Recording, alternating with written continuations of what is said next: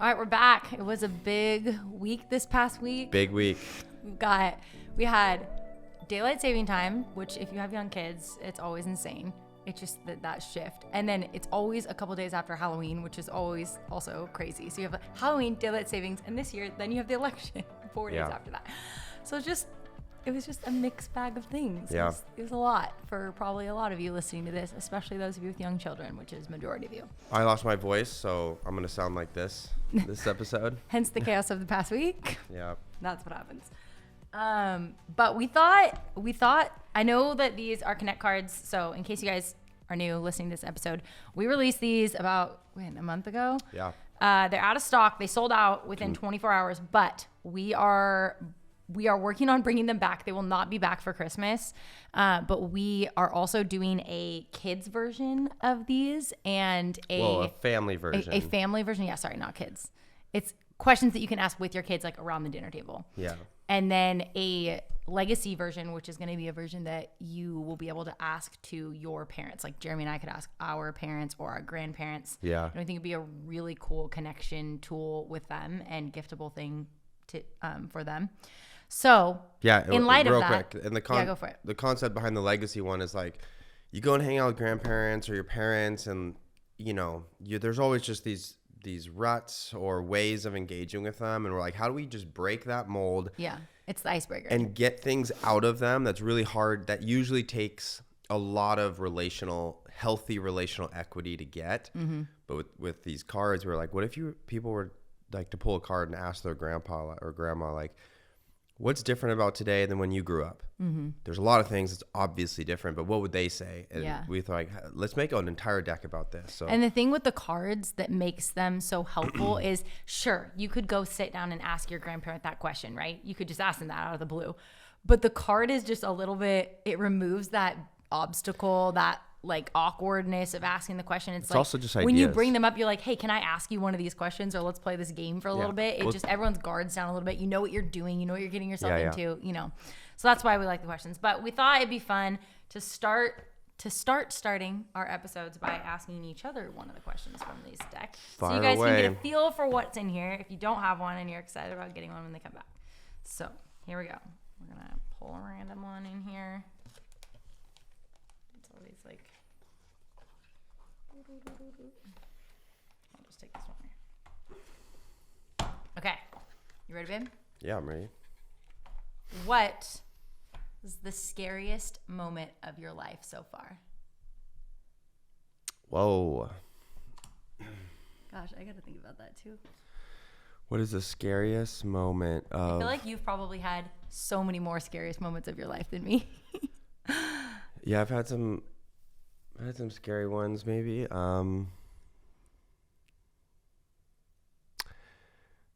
Do you know yours yet? There's one that comes to mind, yeah. It's a story I've never told. Is it from childhood or like since I've known you? It's from Santa Barbara. You know it. Oh, yeah. I'll tell that. Yeah, that's a good one.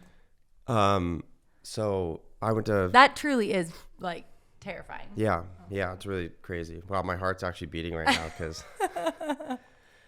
I've never told this story before. Like, are they going to come after you if they hear you on this podcast? Who's going to come after me? No. Yeah. So I've never told this story before. So in Santa Barbara, you think of it as like a super safe town or whatever, but if something's happened to me twice there where I learned really quickly, it's not necessarily the safest town. There's a lot of gang stuff that goes on there. Anyway, so was the scarier moment the first time or the second time? The first time. Absolutely. Okay. Tell them both. Okay. If you can. Yeah. So, okay. The scariest moment. Sorry, we're delaying the start here because I'm trying to recall it too. I'm like, oh my gosh, I haven't told that story in so long, or thought about it really. But so I'm walking down what was it? De La Vina. I'm walking down De La Vina, I believe, in Santa Barbara, and I'm on the phone. No, I'm texting Audrey, and I'm walking south, downhill to where my apartment is. It's down maybe like 3 or 4 blocks further down to the right. It's a populated street. Yeah, it's a few blocks up from State Street, if you know Santa Barbara, right? I think it's De La Vina, Chapala. People don't care about the street. State Street. No, everyone knows. But it's close to State Street if you've been to Santa Barbara. Everyone knows State Street. Yeah. It's 2 streets away from State Street. So it's like, I feel like I'm downtown, right? Yeah. Not like in the bad downtown, like I'm on the strip here. Anyway, so I'm walking down and it's dark and I'm texting. I remember I'm texting Audrey on my phone. We were dating. Yeah, we were dating. And you know, when you're texting, and this experience changed the way I do a lot of things at night. Awareness. Out in the city, and just like, situational awareness. But so my eyes are dilated, and you know, with your sixth sense or whatever, I knew someone was kind of coming or was up there, because you know, you look up every now and then or whatever. So I knew someone was kind of coming, and right when I knew he was right here, I look up towards you. You're walking towards me. Yeah, okay. he's walking. He's walking towards me. No one else on the road. No one else that I can tell, and I get completely clotheslined. Like, this dude tackles me to the ground, and I remember I dropped my phone, and I fall to the ground, and all I see is this huge Bowie knife come out of his chest pocket, like inside of his jacket, and he just goes to drive this knife right in my heart. Like, he just goes to kill me and straight up murder me. You were on the ground on your back? I'm on the ground on my back. Wait, okay, so the time when you were on the phone with me, that was the less scary time then. Yeah. Remember the one, and I could hear you like talking back. That was the other Yeah, time. because I had this experience. Sorry, keep going. Okay, so you were texting me and this happened. I do really remember that. No. And all I remember seeing this big knife in the street light, like, shine. And you have this like really immediate, you know, chemical rush or whatever the body goes. Did he say anything to you? No. He just grabbed you, threw you on the ground. Yeah, which to this day I'm like, why didn't he just like stab me in the first place? Like, why did he take me to the ground? It's just really weird. To wrestle. Like, it makes no sense. Yeah. Did you immediately fight back? Wow, I can't believe I'm telling this story. I've never told this story. Yeah. Only to like maybe 3 people. But yeah, so I immediately, we tuffle. You know, he doesn't get the knife to me because I grab his arm or whatever. And I start, you know, yelling like, dude, what the hell? You know, we start wrestling on the ground, basically. Gosh. My gosh. All I can really remember is, what was it? All I can really remember is I somehow got him off me enough to get my knees up to my chest, or my right leg. I got it up to my chest. And I remember being able to coil enough energy where I kicked him so hard. Like, it was the hardest kick I've ever been able to do. And it threw him back a few feet. And you were really fit. You're probably fittest of your life. Yeah, I was pretty fit. Maybe. Arguably. Yeah. At that time. Yeah. Which is a gift. So, I mean, we wrestled, and, you know, it was the whole grappling thing. Did he drop his knife? I remember the knife dropping because I heard it hit the ground. Crazy. Yeah, I heard it hit the ground.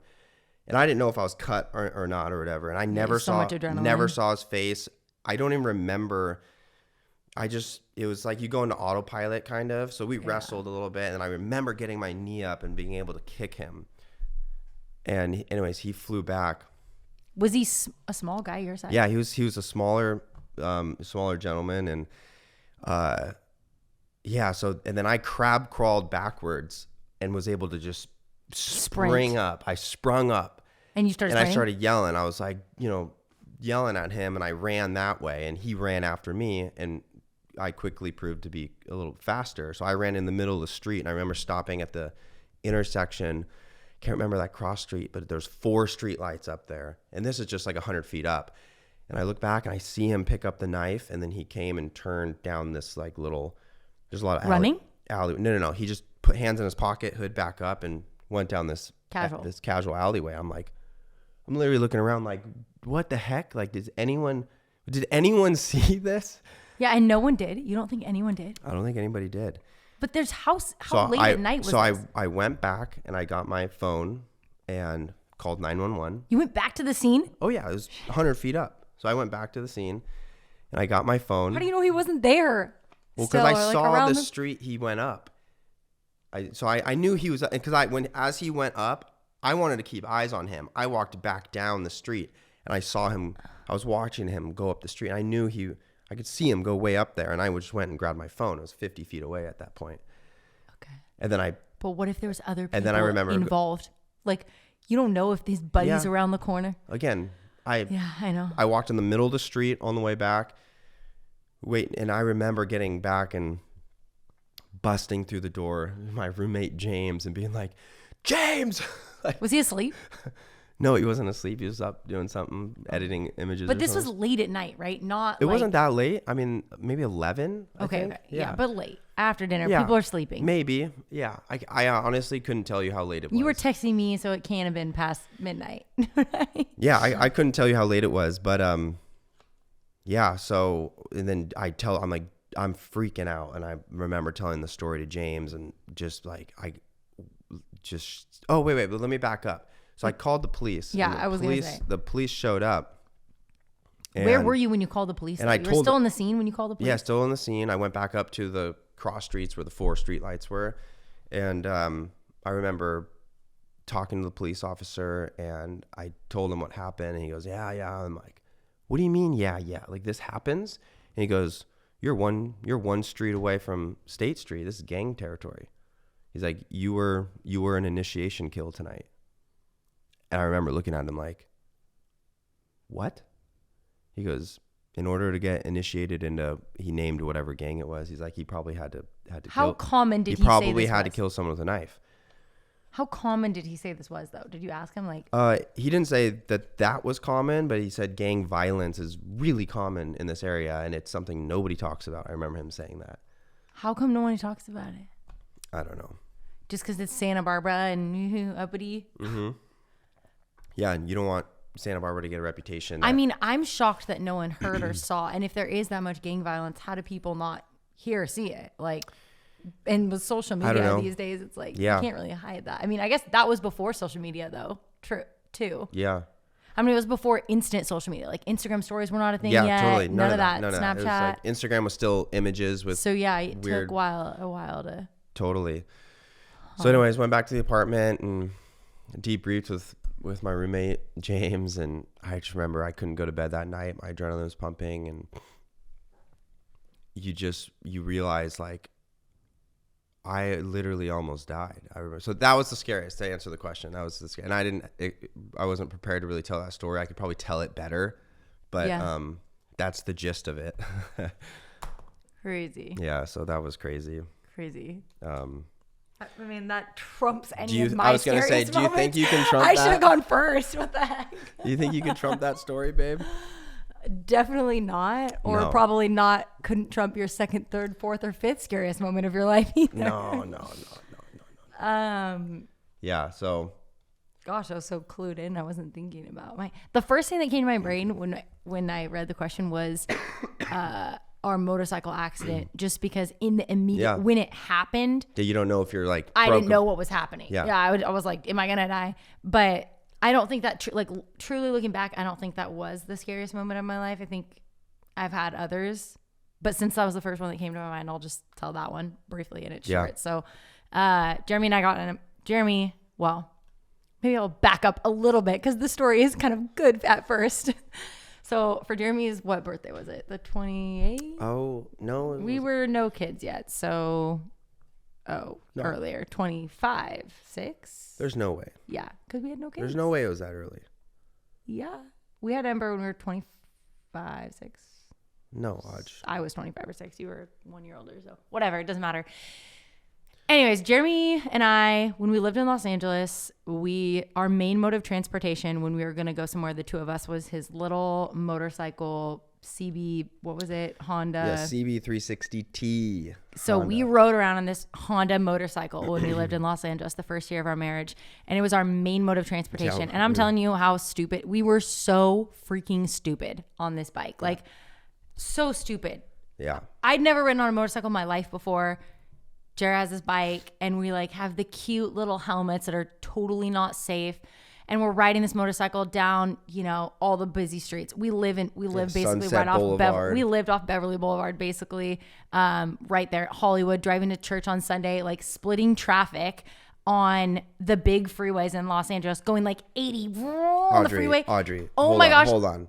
At night, I remember how many times we did this, and I literally had to close 80. my eyes holding onto you on the back of the bike. I remember one time We were not going 80. we were driving back from the Arts District. Remember we were at Jake Vermonte's, remember that loft thing that he had in the Arts District? And that was like far from our house. It was like a 30-minute motorcycle ride, right? And I remember for whatever reason, it was so dark. And you promised me when I rode on the bike that you wouldn't take the freeways. Majority of the time, you took the freeways by yourself, but I was like, I don't want to go on the freeway. Yes, I remember but it was that. so late and so cold that we were like, you were like, babe, we got to take the freeway. It's just going to be, it'll be faster, it'll be better. I remember vividly, I will never forget that ride, being so terrified. Anyways, we need to skip ahead to the story. Moral of the story is we drove that bike. I remember one time we were driving to Jason Lauren Kennedy's house up the canyon, Laurel Canyon, right? Up the canyon, down the canyon, whatever. The bike went out and we're going down Laurel Canyon. Yeah, down and the canyon. We're going, and all of a sudden you just pull into someone's driveway. And I'm like, what are we doing? The bike's just dead. And we had to you literally fixed it on the side of Laurel Canyon. If you live in Los Angeles and you know these streets, you're like, what the heck? Anyways, once we moved back, Jeremy, once he moved back to Oregon and moved to Bend, Jeremy really wanted to get this motorcycle. It's called a KLR. So it's more of a hybrid bike. You can go off-road and the gravel and whatever. I call it the Hound. Yeah. So he'd been wanting one for a couple of years. We still had the little city slicker bike, but we weren't riding it as much, and we couldn't really ride it in Bend, definitely not in the snow because it gets so much snow there in the winter. So he wanted something that he could get around a little bit better in Oregon. So Makes sense. Jeremy had this friend who super, super into cars, mechanic stuff. Remember I told Mott was the one that helped me. Oh, get it. Yeah. So I text, and Scott Lesage, and I messaged both of them, and I was like, I want to get Jeremy a KLR for his birthday. Can you help me find one on Facebook Marketplace? And I would send them all the listings. Anyways, they helped me get one. Best surprise of your life, probably. Oh, right? yeah, it was crazy. I get this bike, have them deliver it, somehow have Jeremy not know about it. By the way, we live in Bend at the time, but I had to get it delivered to the farm because we were home filming for the show. And the show, of course, really wanted to film it, but I had to, and we were filming when I had you get it, and I had to get you to get your mic off. I was in an interview, I remember. Oh, so this would have been 10 years ago. Not 10, 6 Audrey, years ago. No. Jeremy, Audrey, it was right before we had kids. We lived at 190th. We got pregnant a couple months after this happened, or year after this happened, 8 years ago. We can't argue about time. It doesn't matter. It's almost 10 years. Okay, regardless, Patrick, the producer at the time, I was like, I'm going to do this thing. I told him all about it. I need Jared to get his mic off, whatever. Anyways, he's going to come take a break for a second from shooting this thing in the interview and come to the wedding barn. So I had the bike delivered to the wedding barn at the farm. Audrey, and hid we're it. Supposed to tell the scary story. The whole thing is I give him this bike. He's so excited, so surprised. And we take it for the maiden voyage, right? Yeah. And we were going to go to breakfast. It was early in the morning. So we were literally going to go down the street to breakfast in this the cute little town up the road. And we're riding on North Plains. Literally the road. We're 2 minutes from the farm. And we get in this motorcycle accident, and a car basically we're if you're watching the YouTube, you can see, but a car basically kind of slows down it's going to turn. And it's kind of idling in the road. And we come up to a stop sign, we see the car idling in the road on the other side of the stop sign. And then it looks like it's going to turn, but it doesn't. Jeremy accelerates from the stop sign forward and then thinks the car is going to turn right. I should tell this But the part. car, oh, sure, I knew you were going to do that. Then comes up, and Jeremy's like, oh, I can just go around this car. Drives a little bit around. No, it gets weirder. Side. It gets weirder. You're missing the weirdness. Okay, what's the weirdness? As we were coming to the train tracks, oh yeah, she backed driving out. south. This car was coming towards us on the road. They crossed the train tracks first. We're still hundreds of feet up, half a mile up the road. And I see it pull into a driveway, back out, and then now it's on the road going the same place, going the same direction we are. It stops at the stop sign of the train tracks, passes the train tracks as I'm coming to the stop sign, and it stops in the middle of the road. And I'm like, what are you doing? Yeah. And so I pulled through the stop sign, and it's on a hill, and with the clutch We're and stuff. accelerating. So I just turned on my signal and went to go around it because it's just stopped up there in the middle of the road. As I do that, it turned into us. What gets even weirder is they live there. We're like, what were you doing? What were you doing? Why did you miss your driveway, go into your neighbor's driveway, back up, and then stop in the middle of the road? And you should have just... It was the middle of the day. It was like 10 You should have just taken a right into your driveway instead of done all this. Anyways, so they bumped into us, and they hit the back of the bike that I got. Jared had these like boxes on the back of it. And honestly, those boxes saved us. It saved my legs, like whatever. They hit the back of those boxes, and it spun the bike out onto the gravel side. And we're on country roads. So we literally like the boxes, you stayed on the bike the whole time, right? Did you literally slide on the bike? No, I think I fell off too. But it was so gentle. I flew off though. It was not gentle for me because you were holding on. I didn't know that though. So when the car hit me, I flew off. When we crashed, I bounced up and I went to check on you, and I remember thinking like, we're going to get back on and go to breakfast. Yeah, this will be a crazy story over breakfast. Of course you were Enneagram 9. Oh my gosh. Okay. Anyways, I flew off into the blackberry bushes, which also was a saving grace for me because I kind of like tumble rolled and I landed on my shoulder, dislocated my shoulder. I felt like I kind of like saw stars for a little bit because I hit the ground pretty hard. But I had dislocated my shoulder, and I just remember thinking like, oh, what else is wrong with me? Like, am I okay? I didn't know how fast we were going. And my shoulder was like in excruciating pain, and I had dislocated my shoulder before multiple times. And so I was more susceptible to it, but that was pretty scary. And looking back, like it's still hard for me to be on the back of things. Like I remember when Ellen got married and I rented all those jet skis for her for a bachelorette party, and we were like jet skiing around, and she was in control and I was on the back. I was like, I can't do this. I have to get off. When someone else is in control is the problem. Yeah. Even when I went on the jet ski though, like those little fast things when we did it at the Antone this summer with Ember, I was scared. Anyways. All right, story hour is over. Good story. Well, the next one is, what is a new hobby? We're going to do another one? That you wish... What is a new hobby that you wish you had more time for? That's what I was going to ask you in case your fear story didn't hold up to mine. But oh, gotcha. Well, mine definitely didn't hold up. But yeah, that was scary, though. I mean, for me, that was very scary. Yeah, totally. No, everyone's got their... car accidents are probably one of people's most scariest moments. Like if a lot of people, if they've ever been in a car accident of any kind, it's probably one of their scariest moments. Totally. So anyways, all right. Well, we also had a 3-year-old where we had a birthday party. We had a birthday party this past weekend for Radley. It was his 3-year-old birthday party. He wanted a truck birthday. Which we wanted kind of tractor birthday, and we kind of themed it Kubota because of course. Yep. Love our Kubota. Cute. It was super cute, and we had some buddies over. Oh, that's a good story. So tell him the story of what Rad asked for. Yeah. So we're driving in the car, and I'm like, 3-year-olds, like I feel like 2-year-old, 3-year-old, 4-year-old. You have to ask them like a bunch of times, like, what do you want to do for your birthday? What do you want for your birthday? Because they'll say something so random. And if you're trying to get it like a month before the birthday, by the time you give it to them, they've forgotten. They're like, why am I getting this? Right. So you got to kind of ask them like a few times. Well, he was pretty consistent with wanting the tractor party. So then I had asked him like a few times, like, what do you want for your birthday? And he didn't really like get the question. Wasn't really like answering. Finally, we're in the car.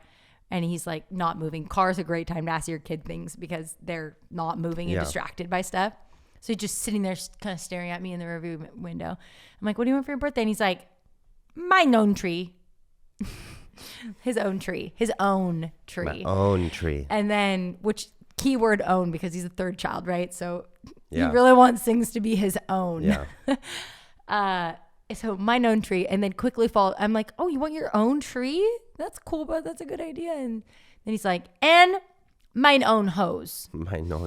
Because he wants to be able to like go out there and water his trees just like Daddy. That's what he does for me or with me in the spring and winter. And he loves how power control of the hose too. Yeah, it's like so amazing.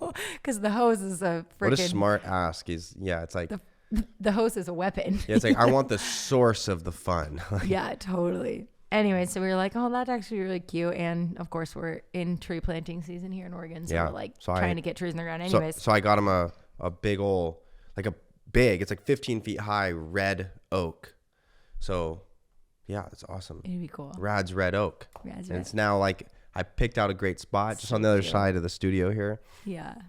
So it'd be like kind of in 30 years, you like be driving around and kind of under it, when you come into the backfield and stuff. So yeah, it's it'll be cute. awesome. It reminds me of like what your dad did on the farm with certain things that you were like your guys's, like Jacob's Ford or Molly's Castle or like on obviously way smaller scale. This is just a tree, but like just to have something, have physical landmarks on the farm that the kids can feel like are theirs. Yeah, absolutely. Like you had your swamp for it. Who knows what that tree is going to become? Maybe he'll build a tree fort in it someday, his own. No, it won't be that big enough for him, but yeah. Yeah, I mean, our grandkids whatever. will. Yeah.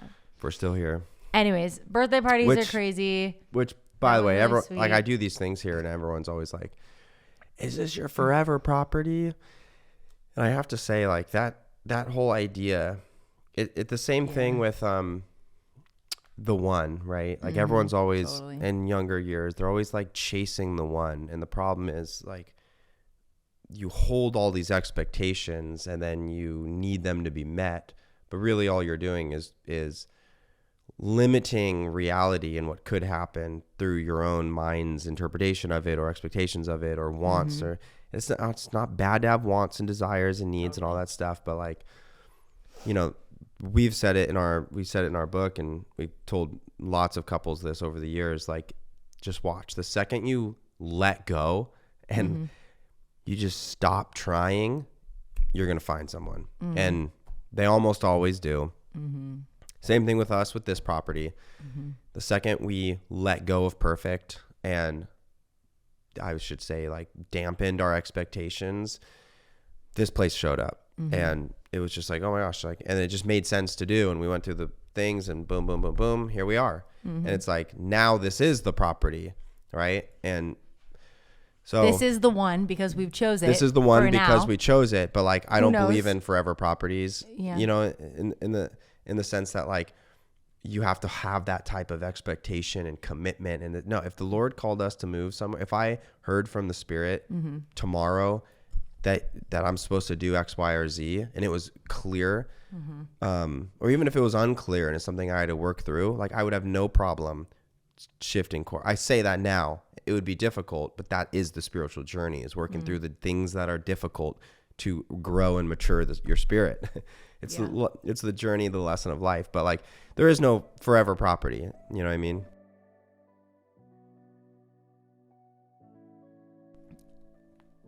All right, you guys, this is the planner of your dreams. You need to get this planner if you are a easily overwhelmed, disorganized mom, or just someone that wants to be more productive and intentional with their time and their days.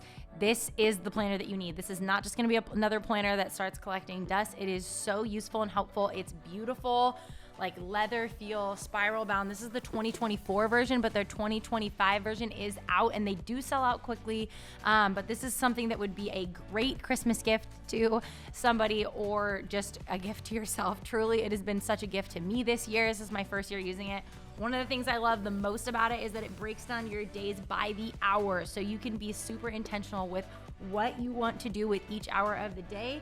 There is prompts to help you set goals throughout the week, be more intentional with your time and self-care, how you want things that you want to do for others, how you want to rest this week, tracking your habits. It is such a encompassing planner that will just be like so helpful for you as you head into 2025. So if you want to grab one, you can go to hustlesanely.com and start 2025 off on a good, organized note so that you don't go into the new year feeling overwhelmed and behind. This has truly been so helpful for me, and I know it will be for you too. So hustlesanely.com and grab your 2025 planner.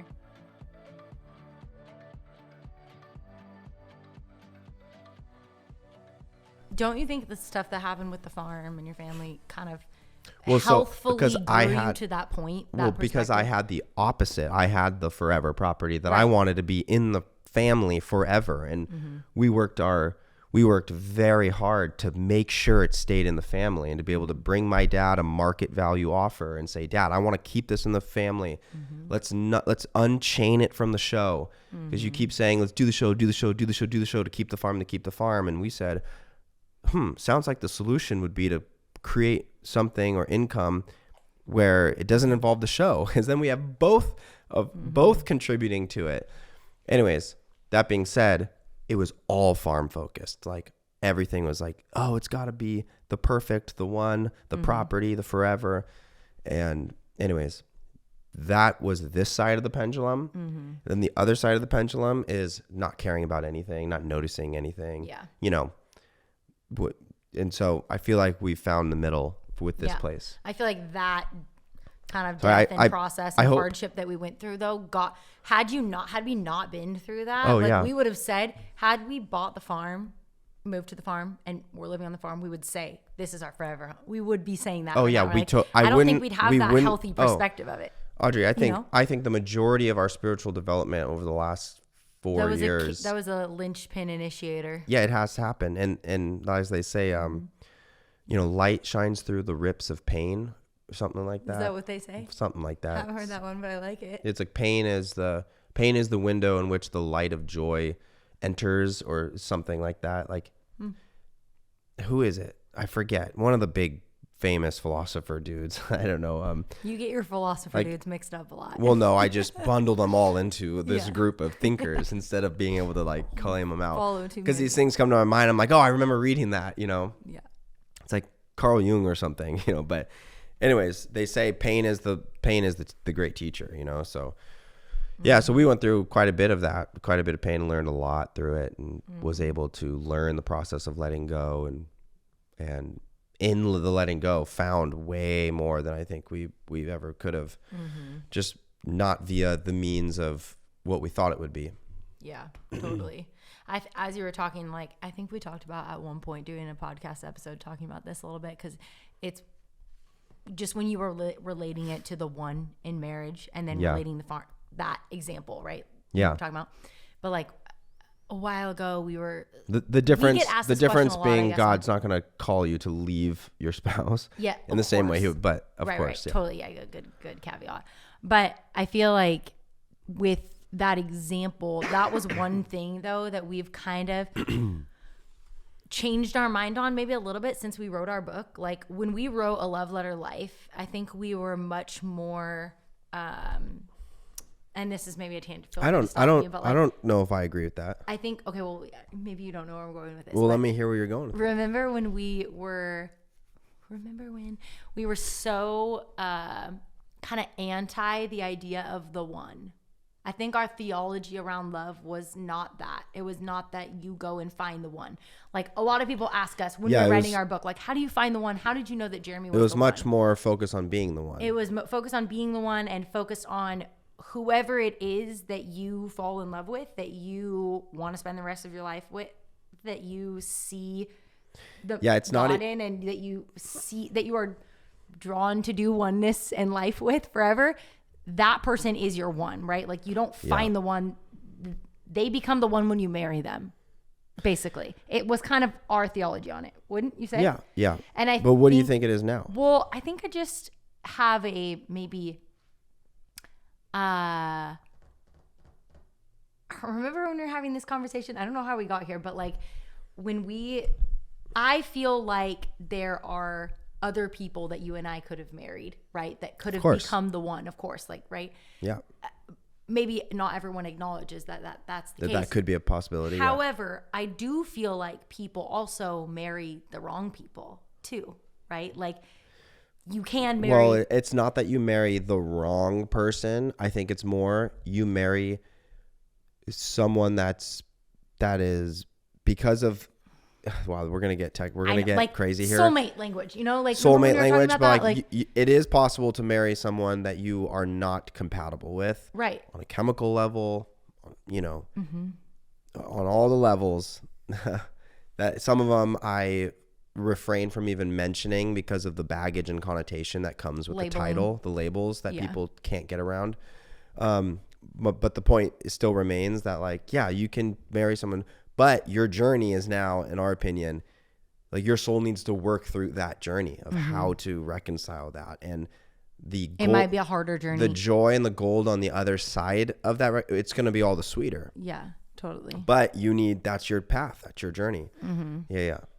Right? But like, are we explaining this right? Kind of, and maybe it's not as much of an explanation as it is just a thought. Yeah, we're just I think that was one thing that I've come to realize more now, like, now that we've been married for 10 years and just having a lot of friends that have been married for that long and seeing different hardships in people's marriages over the years and what certain people definitely, I think, are more compatible than others. I think I used to kind of be didn't really think that was true. Yeah. Or like fought against that a little bit. I think just like compatibility is like kind of aloof like thing. Yeah. But now I think like, no, there's definitely like certain people that are more compatible than others.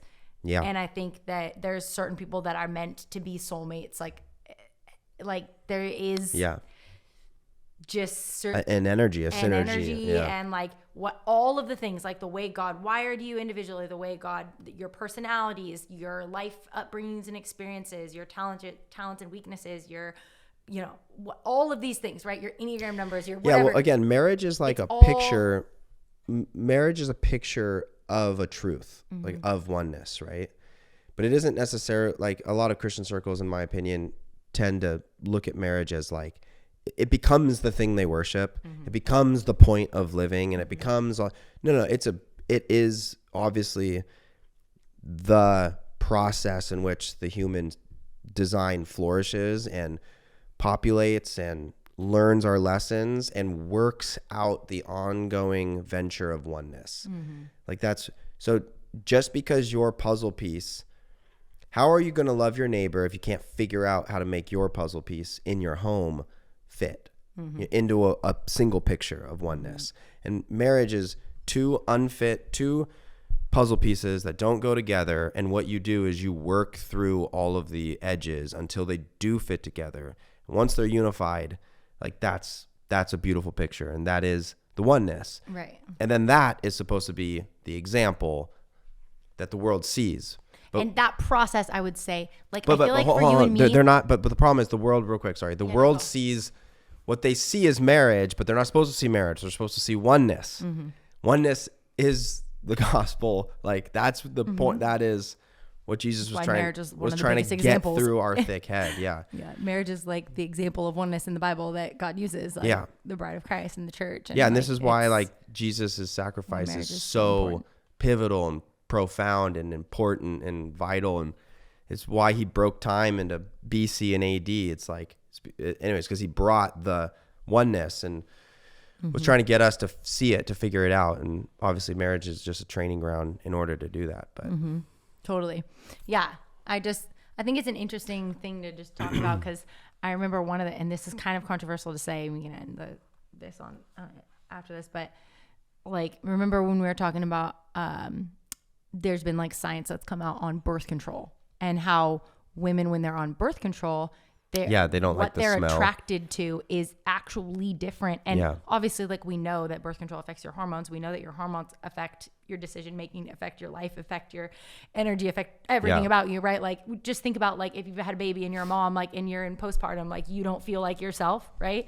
Well, the same can be said of if you're on birth control and you don't feel like yourself. Maybe you don't even know that you don't feel like yourself because you've been on birth control for so long. But I think a lot of people, like, they go on birth control in those years when they are finding their spouse, or when they find their spouse and they are not themselves, or they're attracted to things differently. And like, there's some science on this, you can do your own research, but like where women literally don't like the smell, right? Of their spouse. That's the big one, because we forget that we have animalistic tendencies. Yeah. And so sense and we're electromagnetic beings with animalistic tendencies. Fact.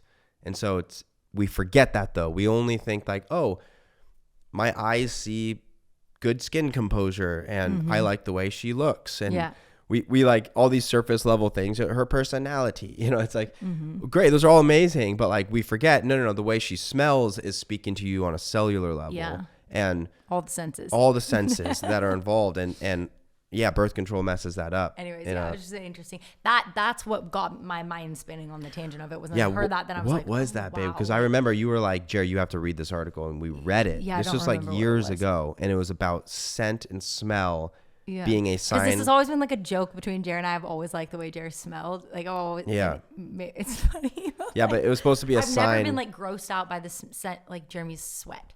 Like I've never been like grossed out by that, and that's what got us on. Which I even think is gross. What do you mean? Which is I don't know. Anyways, okay, moving on. Moving on to other. We were supposed to talk about the three things that we've been very consistent with. We were supposed to do a lot of things. working into our life. Maybe we save that for the next podcast. Because I probably we're going to get into health, and here I sound like I sound like RFK. I hope you can bear listening to. So maybe we don't. Maybe we actually make this not go too long. So my voice can get better. But I did post an Instagram reel last week that was like just kind of touched on some of the health topics, maybe pushing people's buttons like over the edge more than which normal again posts, which I was like, geez, I cannot believe the amount of. Well, it was supposed to push buttons though, like I that, literally a started post like it with that like saying is supposed hot take. Of course, this is going to be my opinion. Of course, this is going to be But everyone knows, advice. like those are people will get crazy. Those are, I should say, audience correction posts. In the sense that like that's a good way to frame it. They just kind of like they create a quick stir, they get a lot of engagement, but people get to see, without having to make a post on every single thing, they just get to see kind of a snapshot of general consciousness direction. Like, okay, this person. What are you about? Yeah, what are you about? What do you? Where's your head at right now? Obviously, you're making assumptions by doing that, but that is what. There's a lot of assumptions. Anyways, so. But like stereotypes exist for a reason, right? I mean, because they're mostly true. Totally. Most of the time, they're true, but they're not always true, of course. But that's why they exist as a thing. Yeah. Not saying they're good to use. Okay, someone's going to run with that, but like. That's just like one of the things. It's the mechanics of language. One of the things that people are arguing about. I mean, certainly the raw milk thing. People are arguing like crazy. Yeah, about that the raw seemed to be milk the biggest thing. Like, golly, it's like I'm not telling everyone to drink raw milk. Don't drink it if you don't feel comfortable drinking it. That's fine. But yeah, so I think let's get into crazy. Like people have drank raw milk for. Well, let's get into the raw milk thing. It seemed like the most basic thing. It seemed like the thing that wouldn't be the most controversial because this is something that we've done forever. Like. Yeah. Pasteurizing milk, and like if you look into the story of why we started pasteurizing milk, again, like so many of these things with healthcare, it's all like blanket protection, right? Like why do we give a baby a vaccine when they're hours born? It's blanket protection. Babies, they're not going to have hepatitis B when they're born. They're not going to be born with hepatitis B unless their mom has hepatitis B or they're sexually active. So therefore, like, why are we doing that? It's blanket healthcare. We're doing it to protect America because we don't know when they will become sexually active, because we don't know when they, if they will be exposed to needles or whatever. So we're doing this to basically protect, right? And it's the same thing. Yeah, but there's a high price to be paid. And we are just now seeing the price, I think. What do you mean there's a high price to be paid? Meaning blanket protection. Oh, of the blanket protection. Where a lot of people get confused is they're like, you mean to tell me there's that many evil people out there? No. Yeah, no. I bet this was all wholesome. Totally. Good intentioned people just trying to do the best thing for society. But the problem is time and data. We have to be able to change our minds. And we can't adapt. Like these like 3-letter word organizations, they're barges. They're slow moving barges. They can't keep up with the way that technology is changing, with the way that cleanliness is changing when it comes to foods that we have. They can't keep up with regulating what's in our sunscreen. They're so behind on catching up to like, do we need this still? Do we need this now instead of this? Like they can't catch up. And so it's like, you have to do your own research because otherwise you're relying on data that's like super, super dated. All right. Sorry. Our kiddos just came in. So we're jumping back into it. Anyways, the raw milk thing was like clearly a hot topic. There were some other hot topics in there too. Like one of the things I said, which I've kind of like changed my mind on, is cold plunging, because like cold plunging is all the rage. And I think I said cold plunging is overrated and sauna use is underrated. Yeah. Because obviously like everyone's so into cold plunging now. It's this huge thing. And sauna is a little bit more like crunchy. It's a little more under the radar. Like not everyone's saunaing, right? And certainly it's more expensive. Yeah. You can cold plunge for free in the river. In America, they're not really. You can cold plunge for free in the river. So like maybe that's part of it. A sauna, obviously you have to have, a sauna to utilize that. But I just think it's interesting. Like people get like so like attacky about certain things. And it's like, I'm just saying like.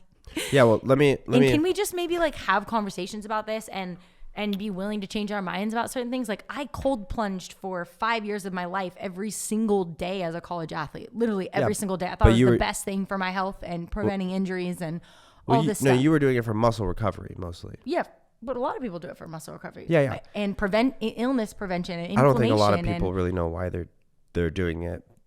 I think a lot of people do it because they feel good doing it, but they don't know the effects that they're like. They feel good in the moment doing it. Let's just say real quick. Cold plunging is amazing. It's an incredible tool for the human body. My thought on it and why we think maybe it's slightly overrated right now. First of all, it's different for females than it is for males. That's a big point though. Big point. Like, I don't think even we were on the same page about this at first because like you're pretty pro cold plunging.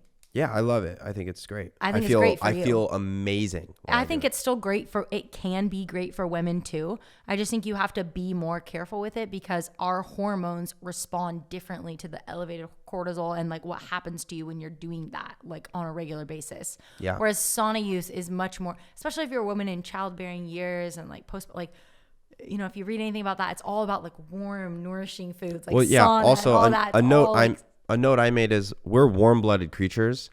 So doing something like a cold plunge is going to inherently, and the reason it feels good is because of the cortisol and the chemical and everything that's released from this fight or flight like response that your body does. But at the end of the day, it's still like your brain goes through like a near death, like, oh, if I stay here for 10 minutes, I'm going to die type of thing, or 30 minutes or whatever it is. Like I will shut down, I'll start shutting down organs and, appendages to save the organs and stuff like that. It's just, we just think it's so slightly overrated, right? It's like sauna. It's like not a lot of people are talking about sauna and that talk about an ancient. And it's like proven to lengthen the span of your life. Yeah, and we're warm-blooded creatures, and so there's a lot of like, and this is why we like our red light sauna, because you can sauna and you can get cellular repair, cellular health going on with the red light. It's awesome combo. But that's what we were going to talk more about this episode, but now we can't. They're both amazing.